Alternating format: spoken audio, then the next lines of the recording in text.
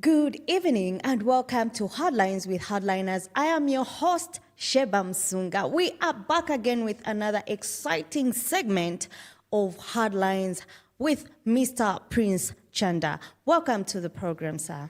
Thank you very much, evening viewers. Yeah. Lately we haven't been wasting much of the time. We just dive into the questions. Yeah, we move, Okay, yeah. So, following the death of the former head of state, who was the chairperson of Tonse Alliance and PF party president, moving forward, do we see unity, the purpose of unity, or we should expect factions? If so, how do you intend to defeat the current regime? First of all, politics is very dynamic. You have to understand, first of all, that what creates disunity, where unity is expected, are different ambitions harbored by different individuals for different interests. Sometimes we have to understand the reality and the fact that there are people that want to have a president as someone they know close to them, someone they are familiar with. So that's why you see groupings of people. This one says, I want to be president, and those who think that they only need a president they know, they'll follow that person. It is rare that you find people propelling someone because this person is competent, is capable of getting them victory, is capable of running a country effectively, and is a person that they can consider a patriot. Rarely do people consider such things when talking about these political party presidents and all. And now with issues of alliances, it is probable to suggest that we may have unity or we may have factions, depending on the interest groups and what really informs their decision on such aspects of choosing a leader who must defeat the current government, if need be, as an alliance or as an individual. First of all, you must also take it into consideration that when President Lungu was alive, he was a unifying factor. I think he was the authority that a lot of people who do gravitate towards and listen to him. There will be people that will undermine him, but they will still be seen to be sitting in his presence and be able to take his counsel, even if they will disregard it the moment they walk out of the house or the meeting. So now, in the absence of that, a leader who was more like a uniting factor, you expect some people to be unruly in the way they are going to tackle politics. You expect also a lot of them to undermine each other because they think, some of them will think they are more privileged or they are in a position of advantage than the others. So those things are expected.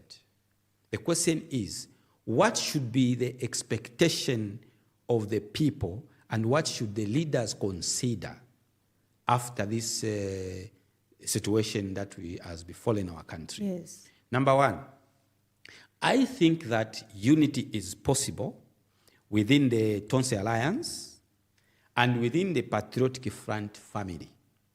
Patriotic Front has been pushed right, left, and center. Its membership remains intact.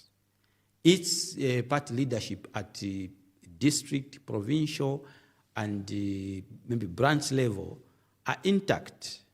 The issue is the leader, the figure above that should be president to unite everyone, to speak one accord, is what has been lacking in PF. This is why you have seen that despite the current regime doing its own gymnastic through the abuse of the law, which is their household name now, toasting PF right, left, and center. First, they get a party, give it to someone that they thought was going to be to destabilize the party. The membership still remained intact. They picked somebody else who is just a one individual who has no influence anywhere in the Patriotic Front. They gave them the papers that they are the president of PF against the court of law ruling on who should be considered as the PF president. So all these things speaks to the fact that it is not possible to expect PF to disintegrate. What is possible is that there is likely to be a confusion on who becomes president. But even if that was to be the case, we expect wisdom to prevail because we have alliance members from different political parties that forms the Tonse Alliance. The objective of the Tonse Alliance was to unite oppositions in order to defeat the incumbent as one force. But we have also seen wrangles within the alliances. Exactly. Even before the president died, we saw a lot of indiscipline going on among our leaders from different groupings. That's right. Yeah. That's true. That is why I have said I don't believe that alliances should be everything we must be singing about if those alliances are not driven by a unit of purpose, and also that the parties that are in that alliance are not election ready. Because you cannot just have an alliance member, one individual, as a president of a political party on paper. They have no structure anywhere across the country. And you parade them and give them a mic to talk, and you give them authority. Because that a person doesn't even have authority over a district chairman of PF or any other political party that has got structures. That person doesn't even have authority over a section chairman who has even 50 people. But this is a person you are friendly, this is a leader. Their incapacity to mobilize their own party before they can think of an alliance should be disqualification enough. But for the sake of what is called unity, you can embrace them, but you urge them to say, as a political party, begin to mobilize. You should have resources. You should have connections. You should have the structure. You should come to the table with numbers, because politics is about numbers, and PF has numbers. The other political parties have numbers, even those that are not within the Tonse Alliance. So that, for me, that should be the beginning of everything that should happen as we go forward. The alliance members, political parties, must come to the table with membership. When they say let's mobilize, they should not just say let's mobilize as Tonse Alliance or whatever alliances. They must mobilize first at individual political party level. They go to the ground, put up a structure, and then come to say, okay, countrywide, we've got all the structures. We have these people that we have told to go flat out and campaign now for the alliance. But as a political party, we have these people. They should say, okay, fine, from our analysis, we can only win convincingly 10 seats across the country as a political party with now your help in terms of resources or in terms of strategy. So these constituencies, these 10, we are capable of winning them as alliance member of this alliance. That is what should be on the table. If people have to be tactical strategists to beat the incumbent, it's not very difficult to beat because he's hanging on lawlessness as a drive to retaining power.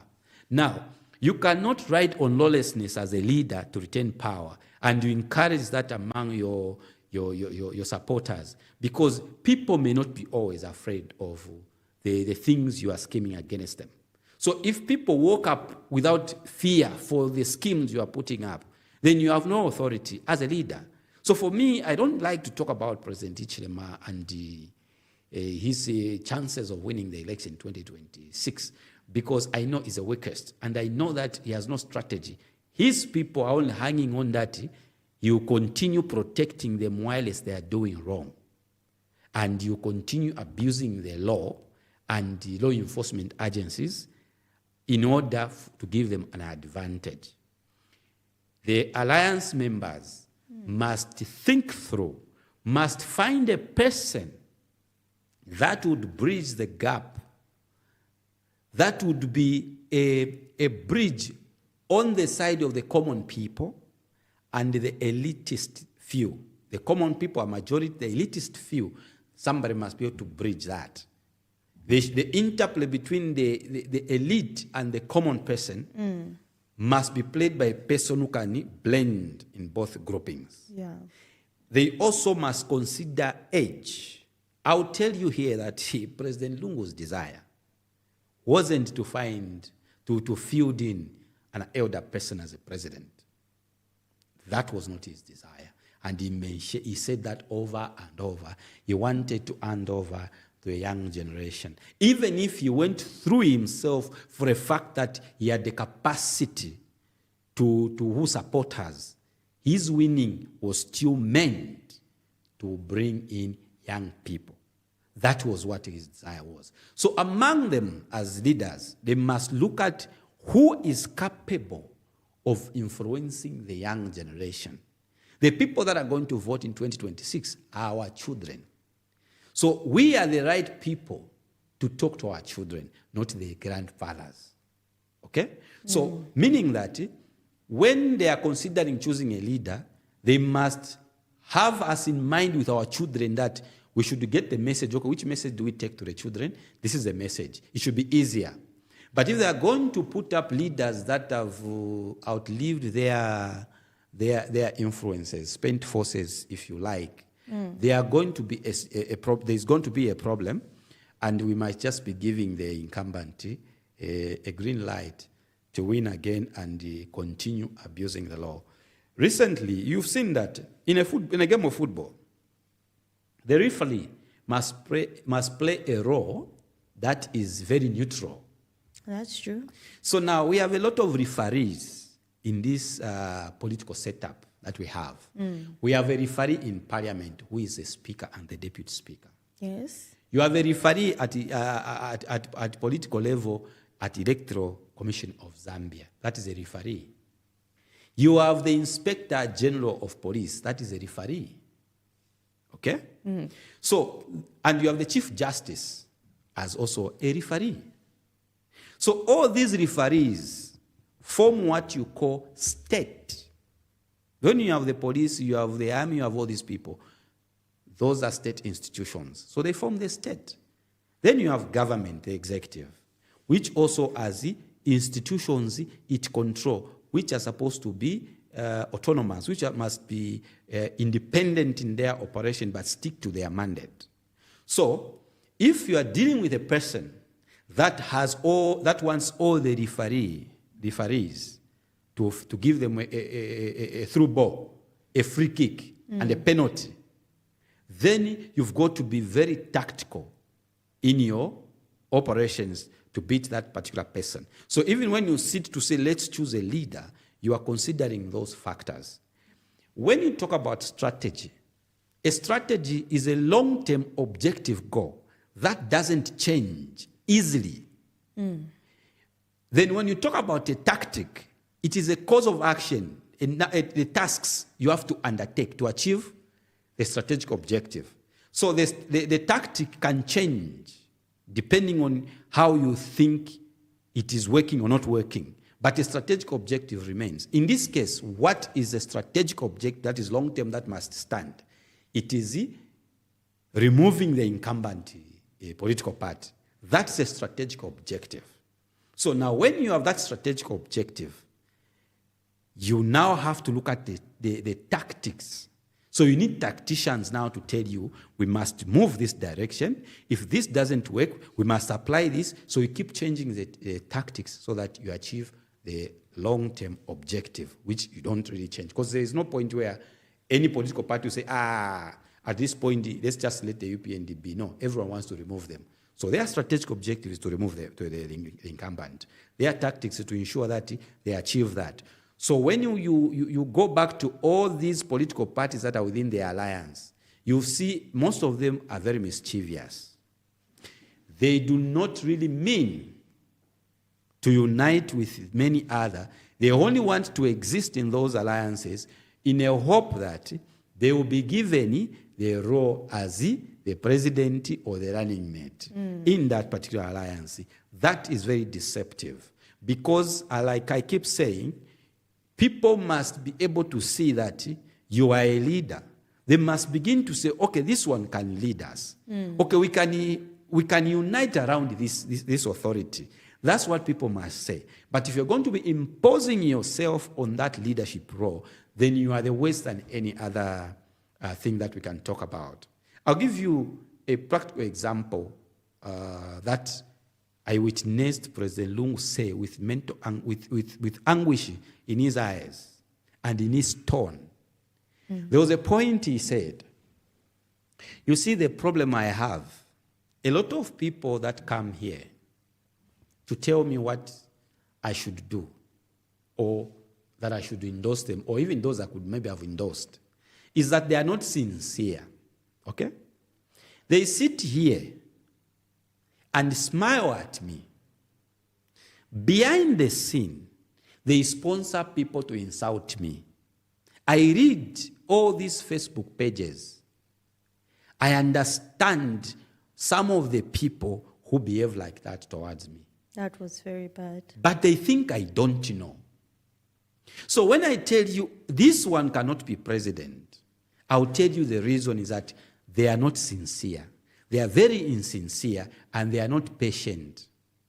So when he talks like that, then he says, for instance, I know the example would give me, he says, for instance, do you know how Koswe Hot Dog report about me? I say, yes. He says, but we know that is UPND. I said, yes. So we expect such, yes. Then he says, you know how Munyaure page talk about me. That coward man, a sick man, a selfish man. You know how Munyaure speak about me. I say, yes, Mr. President. Then he says, I am former president. I was head of state. So what will you do tomorrow if you learned that Munyaure is PF infrastructure? Okay? Now, at that point, I stopped to think. And I'm like, why would a president talk like that? Then I'm forced to go back to the page and start reading those articles that attacked the former president. Yes, yes. Then I started thinking, it can't be. Then you just smile and say, Mr. Hardliner, me, I was former president. I was commander-in-chief. I can have information that I want. Just know that what kills PF is that a lot of people are not sincere with what they say in our face. When they say this today, tomorrow they'll say something else. Even on crucial situations where some of us would ask, Mr. President, but this person seems to be undermining you on this score, but why are you not seeing it yourself? Because even their utterances, their behavior, they are clearly undermining you. You laugh and say, what do you think this person is doing to undermine me? Then you cite maybe a public behavior that somebody exhibited or a statement. Then he goes, looks at you and says, at the end of the day, this person has done worse things than what you are telling me. And I'm aware. But I entertain them because even Jesus knew that Judas was going to betray him. So sometimes there are people that are good at something. So despite you know that this one cannot play this role, but there's a role they can play effectively, so you keep them. And as a father, you cannot discard your children if you know that they are misbehaving. You will have such discussions. When the day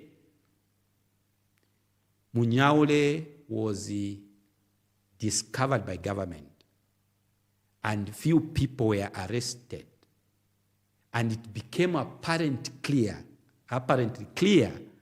that PF leadership, some of the PF leadership may have had a role to play. I was heartbroken. Do you know what he said? No. We met at a certain point, then he says, he sent a message to say, I'm told Munyaure has been closed. I said, yes, we are getting reports that it has been closed and that there are names that are being said could be behind it. And it's shocking because this is mere propaganda. Then he says, do you remember me telling you what will you do if some of the people that you believe in PF are the people that insult me? And the same people are the people that come and smile in my face. I said, yes, Mr. President, I remember it. So that is PF for you. So all you do is continue hedging these people through your write-ups to embrace unity and also to be tolerant to one another. Because if I wasn't just tolerant, I wouldn't have interacted with a lot of people. After I lost power, I understood the real intention behind some of the people that I brought very closer to my heart. But I've learned my own lesson. I've grown wiser. If I returned to presidency, I'll be able to do what I shouldn't have done, maybe, to maintain power. So for me, all that you are asking depends on how sincere these people are going to be to one another. Because already they are attacking each other indirectly. Each person has got a group, be it from other political parties. You have all this confusion going on. Yes. Then within the Patriotic Front, we have people aspiring to be presidents. I don't have a problem when people are aspiring or having ambitions. It doesn't matter what ambition, no matter how big.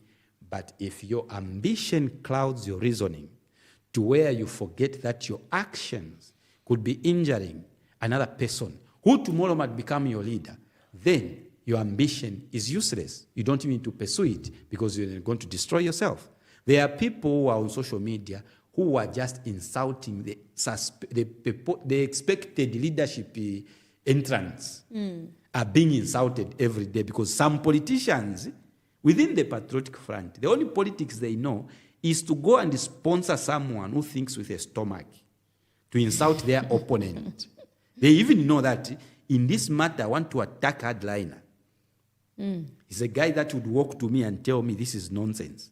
So if I'm to attack him, I need to find someone who thinks with his stomach and give him something and say, go and insult hardliner. Now, if tomorrow hardliner is a leader and is just tolerating you, is aware of what you are doing, tomorrow you're going to cry that people are bad. So such things for me cause for serious introspection. What is the objective of the opposition and the alliance? Is it just to exist as I'm a political party leader? I'm the alliance chairperson? I'm so. No. It is to ensure that come the time of elections, you are going to be able to marshal up a plan that would unseat the incumbent for the sake of people that think that this regime has failed and they are looking forward for someone to come and help them. Yes, that's true. What should the opposition consider when choosing a party president? Like I earlier said, they have to look at someone who's going to bridge between the elitist few and the majority common people. That is one. Secondly, somebody who should have the capacity. I've heard a lot of nonsense from these wannabe politicians or wannabe strategists, wannabe tacticians, who just think that what the Patriotic Front need is someone who can source for money. That is one thing. Even the monies that they could be talking about, you start laughing. To win an election takes a lot. It doesn't just take money. Yes. RB had so much money in 2011 compared to PF, which was in opposition. But he still lost the elections, while the votes were being counted and other people were voting. Okay? In 2021, Patriotic Front was in power. They had money, too much money. And they had power. They had power and the money. They lost the elections. So when I sit with some of these people who are carrying themselves as the kingmaker to these individuals, too good for nothing, they are propelling, and they say, no, we have got funders that can fund this person if we choose this person. I laugh.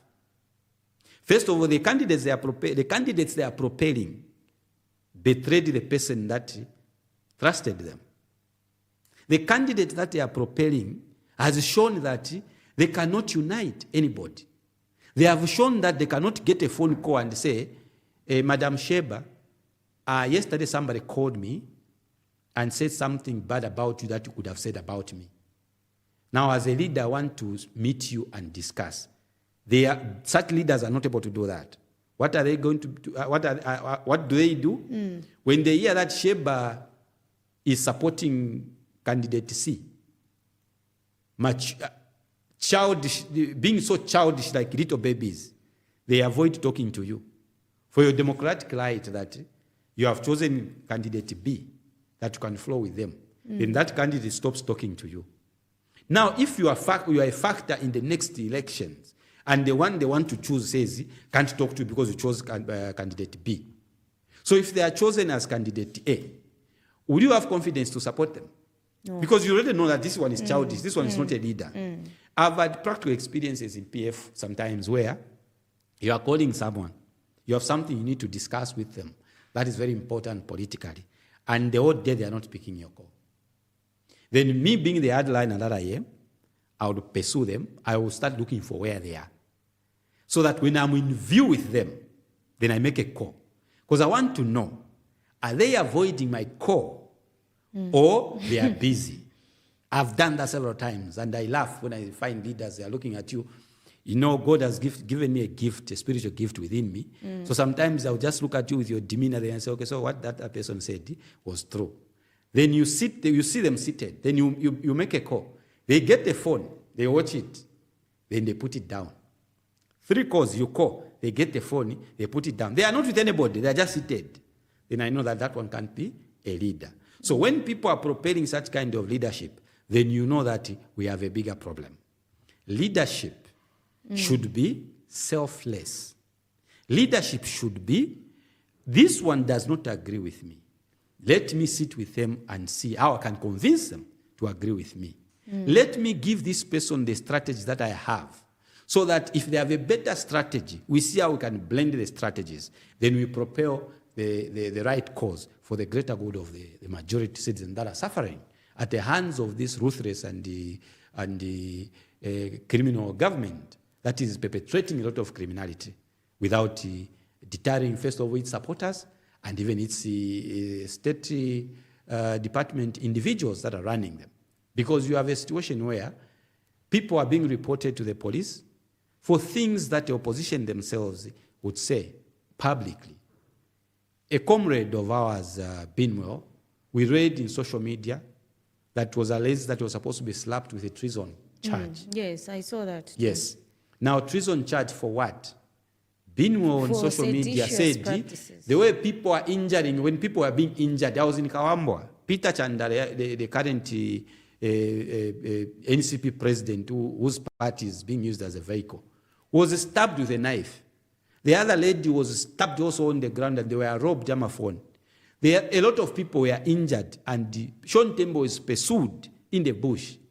So now you have been Wampundu goes to his Facebook page and say, defend yourself with the same measure that the aggressor is coming with. How does that become treason?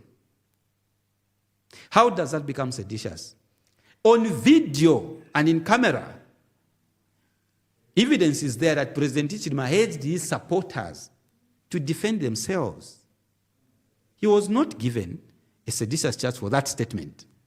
He was not told, you are inciting people to rise against a legitimate government. You know, this government threatened the public peace when they were in opposition. This regime, when they were in opposition, threatened public peace by their utterances. You all know what Watchdog would write, inciting people.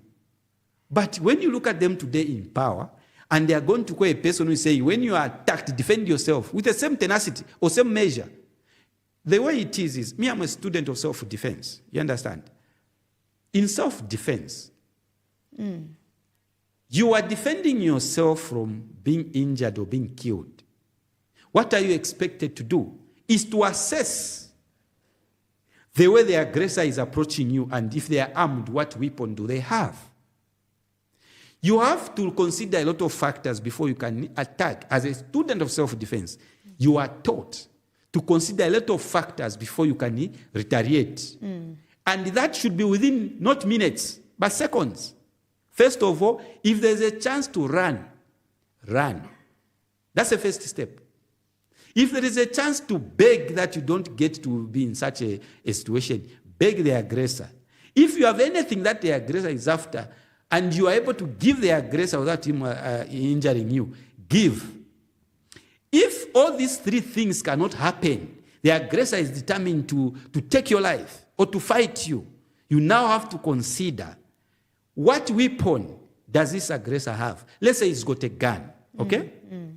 So he has got a gun, he will pull a gun. You do not have anything. Or he has got a machete. Now, your decision to defend yourself must be speed with precision, and you attack on a point on their body where they should not move. You attack with intensity to paralyze them and run if you have to run. That is according to self-defense. You have to determine all these factors that I've told you within seconds and choose to react and defend yourself. There is nothing like seditious when somebody says, defend yourself. If I've got a gun in my waist and you enter into my yard, you intrude in my house, and your gun is in my view, and I know you are an aggressor, it is who shoots first. There's nothing like you start negotiating. No, the aggressor's jumped your offense is in your yard. You check is armed. It is who shoots first. You defend yourself. So when somebody says, defend yourself when or if attacked, they have not committed any crime. They are simply saying, no one must attack you, while as you give them authority. You should not be the one to be injured when you are being attacked. You should stay alive.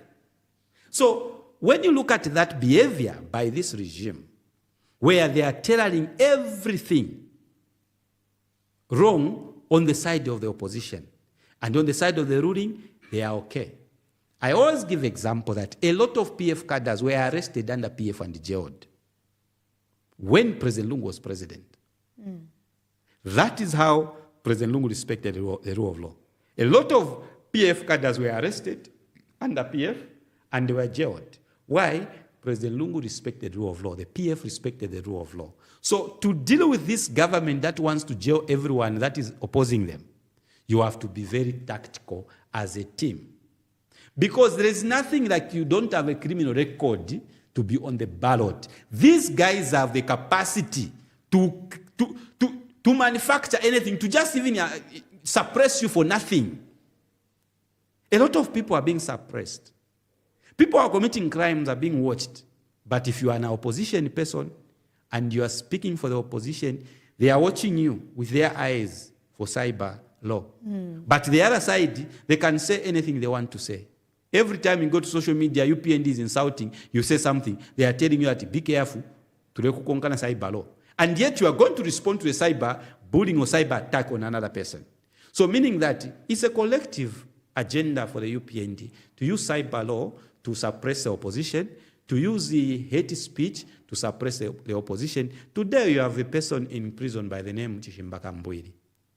Chimbaka Mbwiri's utterances have been said by so many people from the UPND. There's a mayor, is it a councillor, who said the same thing that Chimbaka Mbwiri said elsewhere.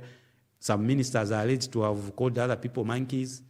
Recently, there's a video that is circulating. I don't know who that woman is who was saying, power for only 4 years, one term, and they want to come and take power. I read that, I've got that video, I don't know who. So the opposition must always know that the agenda is to silence them. It doesn't matter whether they have committed the crime, as long as the ruling government considers it that it is enough to silence them, they would go ahead. To our comrade Binwell, and we know what he said. He simply said, when you are attacked, defend yourself with equal measure, which is okay. So I don't know which court will convict Binwell on that statement. When we are in opposition, I remember, when we were in opposition, Honorable GBM was in UPND. There was a time the UPND were attacked in Chilanga. And both the UPND leadership and our brother said, it's panga for panga. That is the self-defense. No one went and arrested anybody to say, if Mwalanda by UPND, Mwachita so. No. When we were in opposition, when MMD was in power, there was a time MMD was attacking us. Our SG, Honorable Winter Kabimba, said, when they come with pangas, use pangas, it's panga for panga. We were in opposition at that time. It was defend yourself with what they have come with. Ngasa na knife, defend yourself with a knife. So those things were being said as a deterrent for those who are going to attack us, to say, defend.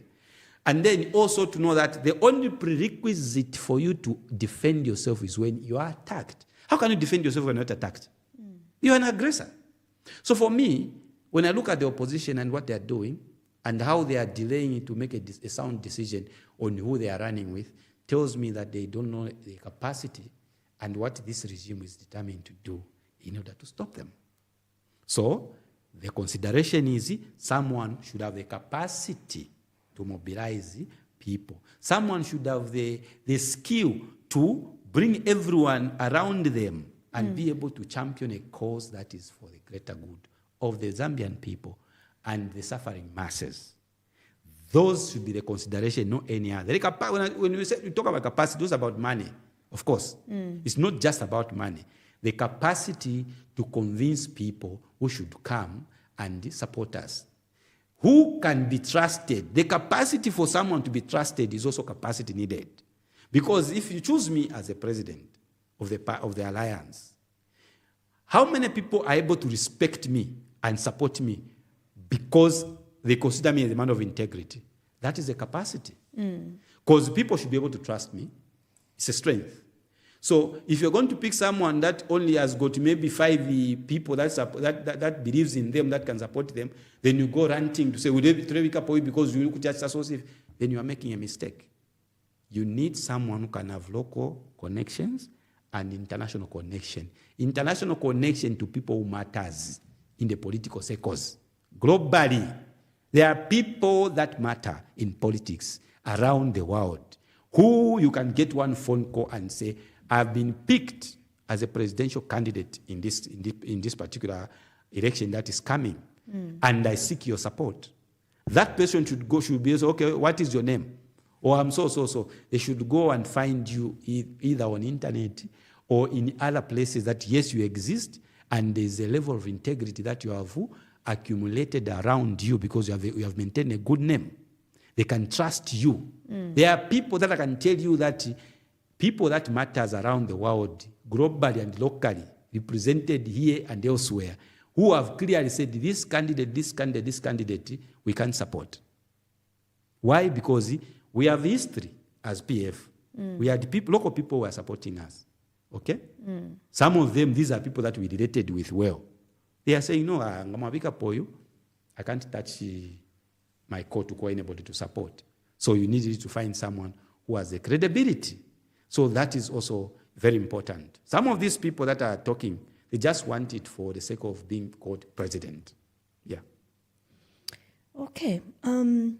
Looking at the current constitution, which mandates the president should be chosen at the same time as a running mate. How best should a running mate be picked and by who? Well, that is a very interesting question. You need to understand, first of all, that a running mate is a potential president by virtue of the constitutional provision. Okay. If I am a president, I die today, my running mate simply takes over. The running mate must act as president in my absence because that's a potential president. When you have a running mate who is your vice president and you think twice leaving them to act as president, then that running mate was not picked with trust and sincerity. It was maybe because they came with an advantage to make you win an election. Maybe they have some influence from somewhere, okay? So my take on who must pick the running mate and how the running mate must be picked, I think that what is important is to find a president. When you choose a president, let that president have a say on whom they want to be their running mate. That is okay. Because a running mate should be a body that you can trust. Body, I'm going out of the country, here is the authority, act as president. When you are sick, you should be able to say, call my running mate. You are giving them handover notes while you are sick because you don't know whether you are going to make it. Now, when you have a running mate and you feel sick, and your people must protect your sickness in order to navigate how they can sit together and choose a president away from the running mate, then that's a circus. You understand? I do. So for me, it's a president that's important to choose. You choose a president, this is the president we're going to have. and let that president have a say on the running mate. So, who would you be comfortable to work with? Because that president also should know that the running mate should come with certain influence. Even if the party does not support the running mate, as long as the president wants that person to, they should go ahead. That's what I'm saying. First of all, the president you choose knows the importance of having a running mate who has some attributes and influence. But what I am saying is, the president should have the say on who becomes the running mate. Not the party. Not really the party. The president can say, okay, I think from this group, I can work with these people better, and these people can have these influences from there. But if you're going to say, okay, this is a president, and then you impose a running mate, that is chaos. When I say a running mate is a potential president, a running mate can scheme against you. Now, especially if you get a running mate who was very ambitious and thought you are the one they are the ones that are supposed to be there, and then you make them a running mate, and they know that if you drop dead today, they are the president. What do you think a relationship will be? The relationship will be very tricky and dicey. Yes. So these are things that people must be level-headed when discussing or addressing. Leadership should be where you feel you believe and think that, okay, on this particular issue, I am not the best. Let the best take it. To want to be there or to people to support you because they want to have a president they know is wrong. In a way, I am panopondine. Even if the alliance or the PF or the alliance member picked somebody else I don't know as a president, if that is a capable person, I do not have a problem. If that is a competent person who can win us an election, that is not a problem. Why? Because I do not think government is limited, where I should know the president. Then there's a problem. If for me to feel Zambian and to feel we have taken power, I should know the president at this range, then the government is too small. Because if I'm a businessman, the president doesn't give business, isn't it? There are all these ministers, all these permanent secretaries, all these departments. And then even if I'm desiring to be made a PS or a DC, I should have demonstrated capacity and competence. And I should be capable of saying, if this person is they're going to choose and he's the one who's going to do this, he should be able to see what I'm capable. So I should demonstrate my capability in the run-up to the election. Then I should deserve a position. But if I want to deserve a position through patronage, patronizing the leadership, that is something that I don't condone. That is why I love those leaders when they are elected, they avoid those that patronize them and pick people that are competent. Patronage has destroyed this country. Patronage has destroyed the presidency because people who are too familiar are the ones that destroy your name. People who are not familiar with you, they will treat you based on what you bring on the table. They will look at your competencies and your capacity and the several abilities that God has given you. But the familiar will not follow all that. They'll just undermine you and disrespect you and insult you and think that you owe them favor because they supported you. So we must avoid all that. If we have to choose a running mate, let the person they are going to choose as a president have also a say to say, I can work better with this. These are the people that I think have this influence. So from this, I can work better with this one and this one and this one. That is okay for me. That is what I would advise if I was to be asked that question.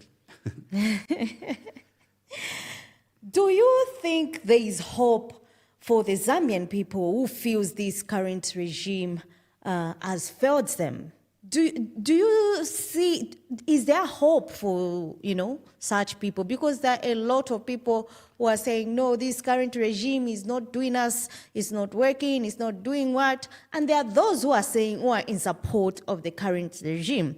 But in this matter, I'm talking about the ones who feel they've been failed despite them being supported in the previous election. UPND did not win the elections because they were popular. UPND won the election because PF became very arrogant to listen from the people, and they began to do things that were injuring the masses. The poor people were the majority. True. And that is how UPND became the next best. Not that they trusted, people respected UPND, no. UPND did nothing to deserve the presidents that they have today. It is the PF that did so many wrong things that people wanted them to address. Cadarism or thuggerism or Reaganism. And then also the arrogance where people started awarding themselves the contract. People said, there were a lot of things that were happening under PF. Okay? And at that time, people thought minimum was expensive. Fuel was expensive. The dollar exchange rate was too high. And that the farmers also, their fertilizer was too high. This regime was going to UPND regime was going to reduce all that. Okay? So, to think that there is no hope, looking at the 4 years of UPND, it will be just because some of the people who are lining up for presidency are lacking tact and strategy. That's the only way people can lose hope. But I can tell you that UPND is gone. UPND is gone to the extent that the only thing they are hoping for is that they will manage to intimidate citizens, but that is unlikely. I've seen 2 elections, successful elections, where regime changes, 2011 and 2021. There is this picture people give presidents, that presidents can maneuver things and hold on to. It doesn't happen. When President Hichilema casts his vote, he goes to sit and start following things like every other person. Okay? There are people that control countries and governments. And to look at what is happening today, the way the UPND has become so arrogant, what it took PF 10 years to become arrogant, it has taken UPND, it took UPND the first 1 year to be arrogant. And they've been arrogant throughout for the past 3 years, plus the first year, that is 4 years. The very things that the UPND have done, thinking they are choking the opposition, are the things that have put a last nail in their coffin. The young people voted for them to be in power. They believed them. They said they were going to make sure that the cyberspace is left to be operated by the young people the way they are to be used the way they want to use it, right? They have choked that. Who have they injured? Who is on TikTok? Is it my mother or my grandfather? It's the young people. The young people. Who is expressing their displeasure in the way this government has behaved? It is the young people. Who are they arresting with cyber law? It is the young people. So, that is number one. They promised that they would repeal the cyber law, which was meant to curtail cyberbullying, where somebody gets your picture and use it on social media maliciously. That's what the PF wanted to stop, cyberbullying. And the president now, President Hichilema, said, that was meant to suppress the people. The only right that they have, the only thing that is keeping people alive is being on social media. But this government has done this. I'll repeal this law. He came there and tailored the same law and made it very, very complicated and injurious to the young people that voted for him. What else has he done? He has forgotten that PF was considered most corrupt, according to President Hichilema. And to this day, for 4 years now, he has been told about the corrupt ministers, corrupt government departments, and corrupt individuals and businessmen. He has been told several times. He has had these reports. What does he do? When he's just supposed to have a press conference and fire people, replace them or suspend them, like he would age his friends, he's now writing letters on State House letterhead that he is going to concede, he is going to crack a whip. No one will be spared. You don't threaten such action. You just act. So the corruption that PF lost power for is being perpetrated under this regime. 156 ambulances have not been brought to this country for the past 3-4 years. They are not in this country. Only 11 came. They were paid for, or partially paid, or paid for all of them. Okay? They have not come. How many people are involved in that procurement? It can't be a minister. If it can be a minister, maybe the minister would have had influence, but I can't talk about a minister. It's a procurement department. The PS and everybody directed, all these people, expert and all that. Because you can't just buy cars for a government without having all these experts. Which expert went to assess where the ambulance were coming from? Why are they not in jail? Who bid for the same? Was it one person who is alleged to have run away? There are many other people. So, such a situation where you have 156 ambulances not in the country, only 11, and you are saying no one is going to be spared, you're not serious. He must show cause why people must vote for him, that is, the UPND is not as corrupt as PF, or if not more than PF.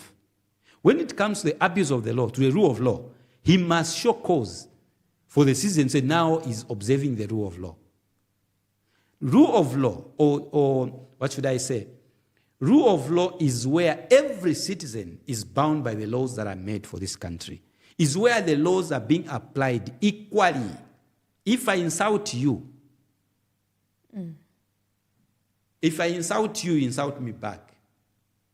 There's no way you should be the one to be picked. You are responding to my insult, to you. Meaning that you and me, if insult is wrong, you should be arrested. That's true. If I go and utter a tribal remark in public, and it is there, it's evident that I did that, and another person does the same, applying the law equally, or the rule of law suggests that both of these people must be taken to court. If these two people are going to be taken to court and fined, that is the rule of law. But if one person is going to be arrested and the other left insulting, that is lawlessness. UPND must show cause to be trusted that they are observing the rule of law. If a member of parliament commits an offense and another person who commits an offense is not a member of parliament, they should show cause why people must not think they just want to grab seats. That's why they're concentrating on the parliamentarians. Those are things that made PF lose power to some extent when they perpetrated them. Now, UPND is doing them to a full scale, openly, without shame. So how then do you fear such kind of group of people who did not contribute to them winning the election, but the other people created the problem themselves? Sorry to interject you Please. on that. You are saying the PF were removed in power because of the mistakes they made. Yes. Now you want to be elected back into the system. What assurance are you giving the people of Zambia to say you learned your lessons from your previous mistakes, or are they going to make another mistake of re-electing the PF in power? That's why I said I saw the cadres under PF arrested. I saw PF leaders under the PF arrested. Okay? I saw President Ichirema make statements that were very dangerous for this country and its peace. And a call out was sent to him. He appeared in court like any other normal citizen. And some of those cases, he won. I saw that. What I have seen is that the UPND, when they go to court, they want to win every case. Even the PF at its point then, where they were in 2021, you ask the citizens, can you accept to retain PF as it was at 2021? Forget about the lessons they have learned. I know they have learned. But just as they were, bring them back. Citizens will tell you yes. UPND cadres will say no. Today, go to social media. There's something consistent about the negative comments that the opposition receive. It comes from the UPND supporters. But when you follow them, you realize that there's something more consistent about the negative comments from those that supports the ruling government. It should tell you that UPND is gone. Go to any page of any leader today on social media who is in opposition or in PF. Get a pen and paper, write down the negative comments. Two things will be consistent. Those are praise singers who support UPND. Then those are people who form part of the stronghold of UPND, which only gave them 1 million cooked one. So when you analyze politics like that, You will not struggle to wonder whether UPND can be beaten or not. That's why I don't dwell on the UPND failures, because they have already failed. They are out. I dwell on them, on the abuse of the law, because that is the only strength they have, which will not help them. Why? Because the Zambian people have seen them for who they are. The Patriotic Front did a lot of wrong things, admittedly, and they have learned from them, okay? If you ask, there was a time I told someone to say, you see, the Patriotic Front, if you ask the Patriotic Front today, say, how did you lose power? They will tell you that we wish we abused the power the way each of them is abusing the power. Because then you could have just been arresting them. Maybe even when he was in prison, you shouldn't have given him a nole, released him on nole. You understand? So if you have people who say, but the only thing we didn't do is abuse power to this extent. You understand? So for me, I can tell you here that when I say PF made mistakes, it is the mistakes that I think they learned from, and they have learned. Now, it is not about the PF, it's about the alliance collectively. Yeah. It's coming with people who have a different skill and different mentality on certain things. That's why a presidential candidate should be a man of justice, not a surrogate who will just bend and do things according to the regime. I will tell you that a number of people in the Patriotic Front have betrayed the Patriotic Front, are towing the line of the current regime, and they are still pursuing to be made candidates to stand against the incumbent, which I do not agree. There are those immoral individuals who have no cause to anything, who are only worthy money. We must not tolerate that, okay? Some of us who talk like this because we've been privileged to have worked with people that were capable at a certain point to fund the Patriotic Front. Some of us moved with money, gotten from the bank through a check in millions, putting in a boot, gotten from the till legit money, and we take to these political activities. We are sent, take there, take there, take there. Not one coin was lost. So for some of us, we are not worth money. You can ask the people who have worked with, they'll tell you. So we are dealing with people who have crossed on the other side because they want protection, because they know they did certain wrong things. And once you support UPND, they forget about what you have done. But there's one strength that President Ichlem has shown. I think when you stand against him, and then you try, because you've seen now that you are on a hook, and you try to go to him to reason, he doesn't. It's like you cross one line with him, that's it. That is a strength. Maybe if that's how President Lungu was, he would be in power today and he would be alive today. If he was that person who, when you know this one has betrayed me, you keep them at bay, maybe would be in power and he would be alive. But he's a man that believes that people can betray you, but you just have to use them at their point of strength. So PF has learned their lessons. Those alliance members that are coming up together to try and change the trajectory of this country's political space have learned their lesson, have got their own skills. So yes, there is hope for the Zambian people, and too much hope that this regime has failed. And it has failed to the extent that it can't redeem itself. The only thing that it can do is to continue tailoring the law to keep everyone who is against them in prison. Now, this is a problem that I have. I'll tell you this.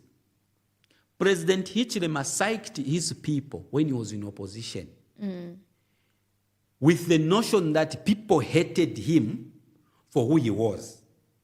So, in 2021, people from the other side voted for him 1.8. They defied that, say, no, no, you win. What has happened? He has continued to portray that picture and set out, say, people hate him. He was given an example the other day that he was telling NGO, why do you hate me? This government amended the constitution. This government amended the constitution. This government, because it's a church, you hate me so much. You don't want me to amend the constitution.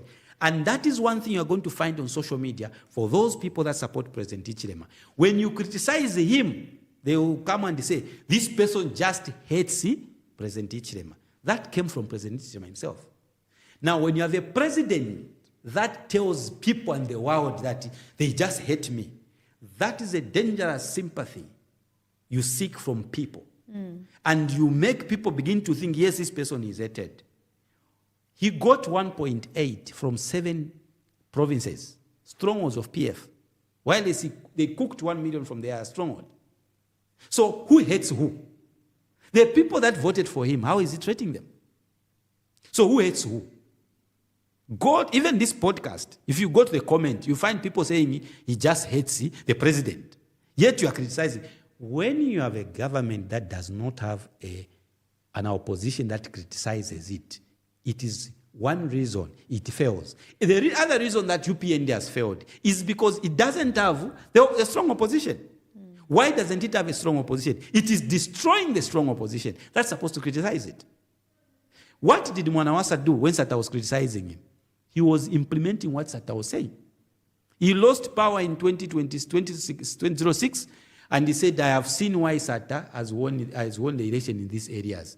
In urban areas, majority people are tenants. And Sata said, you come and deal with a landlord whereby people shouldn't be paying more than 1 month in advance. He has said he's going to put up a law where there should be a limit, government should control how much rentals should be a certain standard. So this is why they voted for Sata. So Mwanawasa will say, okay, now I've seen, so I'm going to work on these things that Sata said. That is what a president should be. That's how a president should act, a patriot. He must listen to those that are criticizing him more than those that are praising them. That is what I would do, is to listen to my enemy, the one I consider an enemy, and their criticism. You realize that you can do more by listening to criticism than listening to praises. In the same way, what did Arabi do? Arabi will be told, hey, Arabi, Sata is doing this. Chisiye ni chabe, nichi nyante mu my election. Sata so tumikata chisiye ni chabe, nichi mbuya changa, nichi nyante my election. That is a father figure of a leader. Because you get to a point where I say, this is just politics. Ngala win, but therefore Africa beating every my election, we know. That's how Arabi would behave. And that's how Edgar Lungu behaved. No, and Mutina Shanari win up. 2021. He would say it openly, proudly to say, Chile Mutina Akainda, Namutini Nenshi, Mufumi Nafuma Mujere, Chile Mutina, Nalimu beating up. Nafmino Kuchawamo when I'm beating and Astanashan. That is how a leader should be. Considering politics as just a game that you can either win or not. And the leader must be thinking at strategies and tactics in which you beat your opponent. That is what we expect. You understand? Now, when you look at it today, it's different. The UPND wants to suppress people. The UPND wants to intimidate people. The UPND does not want to have an opposition. So it's part of the reason why they have failed lamentably, because they have closed their ears from those that are criticizing them. They simply label them as they hate the president. If you came to me and tell me, if you faced President Hichilema like this, what would you tell him to do? I'll simply say, listen to the people that criticize you more than people that praise you. A person is going to tell you in cameras, the president, you have failed because you can't fight corruption. You can't fire this one and this one and this one. You can't call that person that they hate you. What you do is, okay, they are saying I'm not fighting corruption. Let me try. Let him fire those people genuinely. Let him stop abusing the law and see how the social media would behave towards him, because he came through that platform. So these are things that you should know. Even when you're asking me, is there hope? There's too much hope. UPND has failed. All right. Before we conclude, what can you tell the Zambian people, the viewers, the people who are watching us?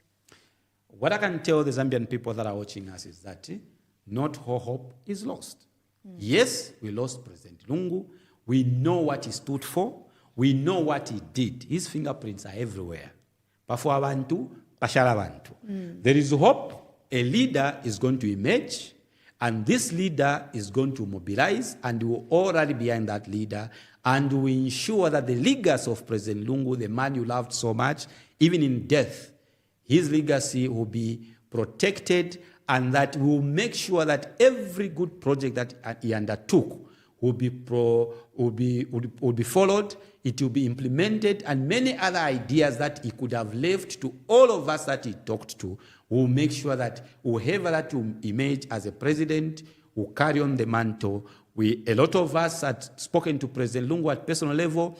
We knew what was in his mind, and we know that the famous Plan B that he talked about, we know that it may have been a secret to a lot of people, but Plan B was known to a lot of people. I'm sure a lot of priests know the Plan B. I'm sure a lot of our friendly ambassadors, a lot of other stakeholders that were very close to his heart understood what that Plan B was, because Plan B has been in effect from the time that he pronounced it. And some of us know that there is no change in that plan according to what President Lungu set to achieve and what he led us to believe about him. And in his death, we uphold his legacy and will make sure that we do more to honor his legacy.